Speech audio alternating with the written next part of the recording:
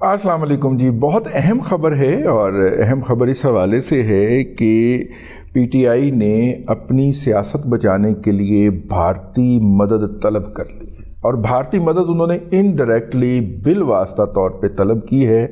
اس کا احوال جو ہے وہ آپ نے اگر تفصیلات کے ساتھ سننا ہے تو وہ آپ راجہ عاطف ذوالفقار چھوٹے بھائی ہیں ہمارے، ان کا ولاگ کل کا ملاحظہ کر سکتے ہیں۔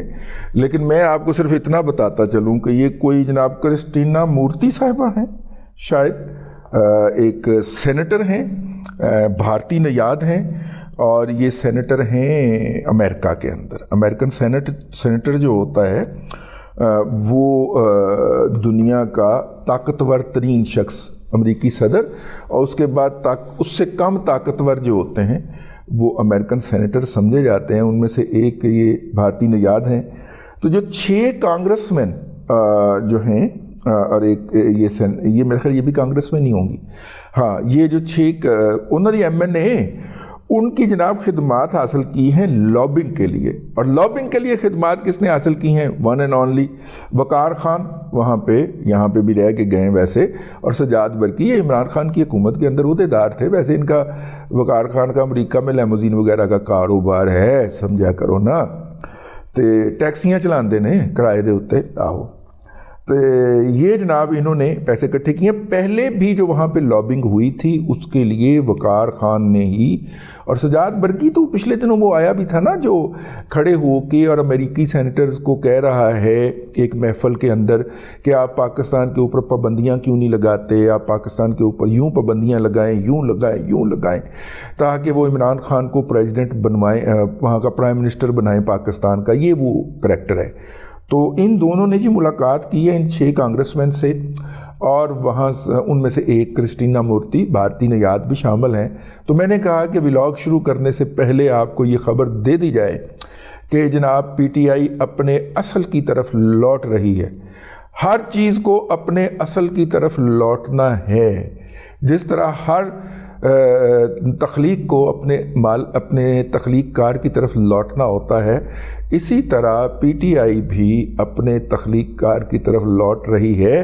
اور اس نے یا بھارت تیرا ہی سہارا کہہ کہ وہاں پہ امریکہ کی کانگریس مین جو ہیں، ایک خاتون کرسٹینا مورتی بھارتی نژاد ہیں، ان کی خدمات حاصل کرنی ہے، لیکن خبر ہے نہیں۔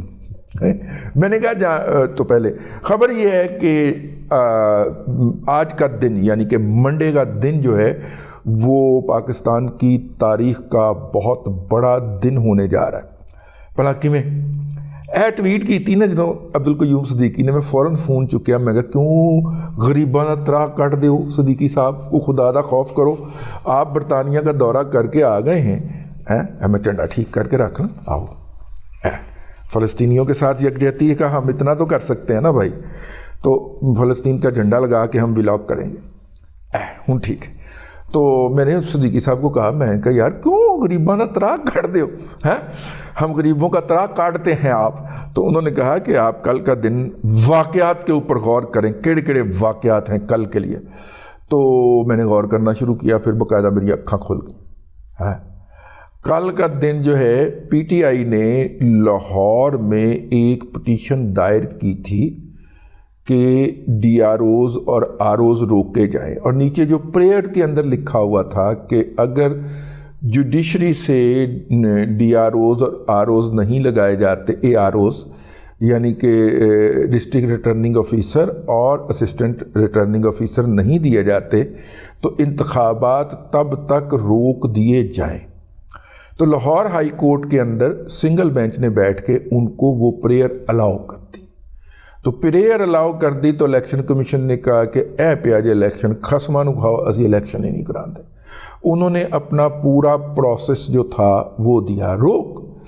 جب انہوں نے پروسیس روک دیا تو اس کے بعد جناب اللہ آپ کا بھلا کرے، پھر ہتھوڑا لے کے کندھے کے اوپر ہتھوڑا رکھا ہوا تھا، قاضی نے ہتھوڑا لے کے قاضی صاحب تشریف لے آئے، اور قاضی صاحب نے ہتھوڑا رکھ کے مارا، نشانہ بن کے مارے، اور جناب لاہور ہائی کورٹ کا آرڈر پرخچے اڑا کے رکھ دیا، اس کے ٹکڑے ٹکڑے کر دیا۔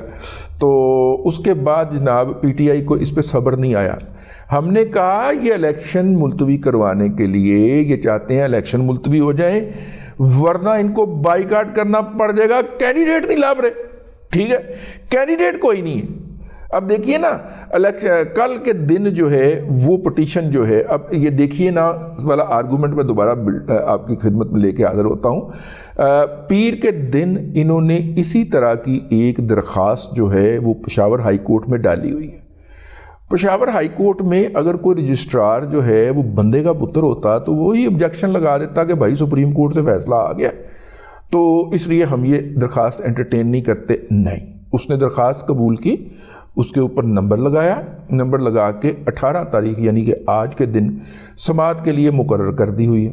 تو شنید یہی ہے کہ جو پنگا جو ہے وہ لاہور ہائی کورٹ میں لیا گیا ہے وہی پنگا وہاں پہ لیا جائے گا, اور ڈی آر اوز اور اے ڈی آر جو ہیں ان کے حوالے سے کوئی نہ کوئی اہم بات ہوگی. تو صدیقی صاحب فرمانے لگے کہ میں نے اس حوالے سے یہ کہا کہ یہ بڑا امپورٹنٹ دن ہے, لیکن مسئلہ یہ ہے کہ پی ٹی آئی جو ہے اس کے تمام لوگوں کو, عہدیداران کو اسلام آباد ہائی کورٹ کے اندر الیکشن کمیشن آف پاکستان نے طلب کر رکھا ہے, کیونکہ بلا رہنا ہے کہ نہیں رہنا ہے, پارٹی کے الیکشن کا فیصلہ ہونا ہے کہ نہیں ہونا.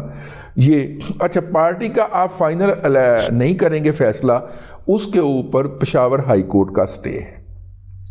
تو اگر فیصلہ نہیں ہوتا اور 20 تاریخ کو کاغذات نامزدگی جمع ہونا شروع ہو جاتے ہیں اور 23 کو اس کی تاریخ ختم ہو جاتی ہے اور 27 کو وہ ہو جاتا, سٹے چل رہے ہیں نا, آہو سٹے چل رہے ہیں, تو پھر بلہ نہیں نہ ملے گا, بس سٹے کیتا ہے پشاور ہائی کورٹ نے, ہے جی.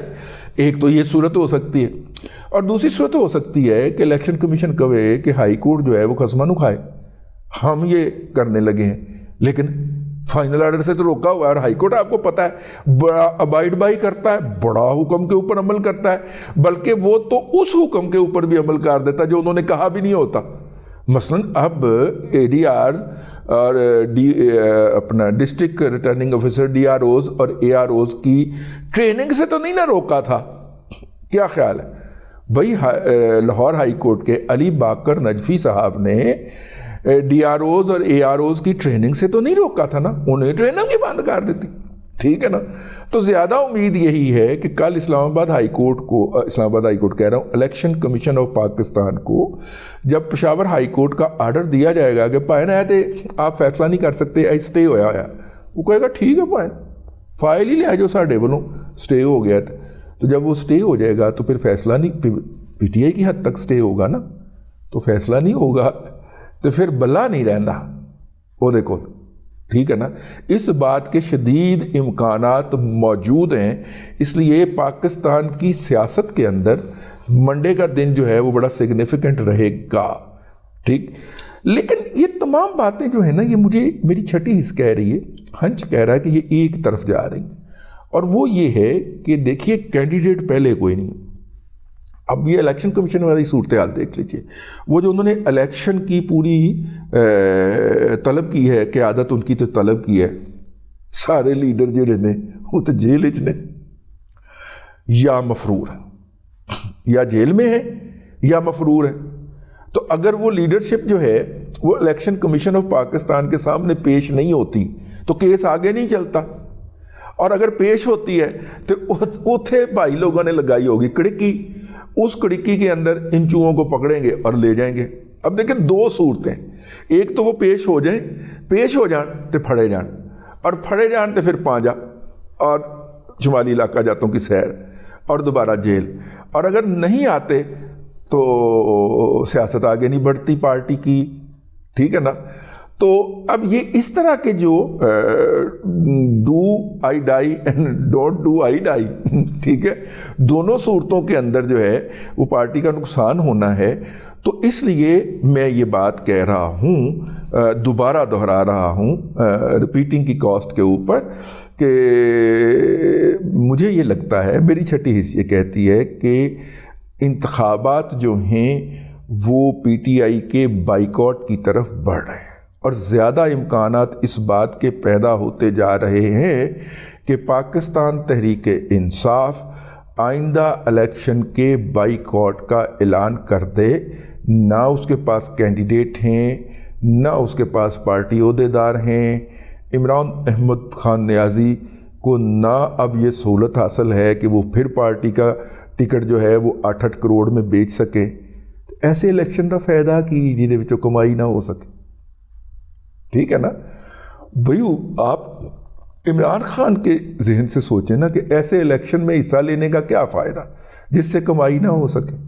ٹھیک ہے, بہرحال پی ٹی آئی نے آج کہا ہے کہ وہ آن لائن 5 لاکھ لوگوں کا جلسہ کرے گی.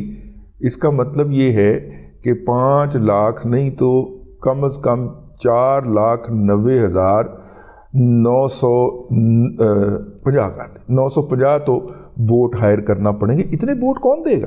ویسے یار میں بھی سوچتا ہوں کہ میں بھی سوشل میڈیا کے اوپر نا بچوں سے مشورہ کر کے نا کچھ 200-250 بوٹ بنا لوں تاکہ بوقت ضرورت پی ٹی آئی کو کرائے پہ دے کے ڈالر تو کمائے جا سکیں نا. میں سوچ رہا ہوں, آپ بھی سوچیں. اب تک کے لیے اتنا ہی.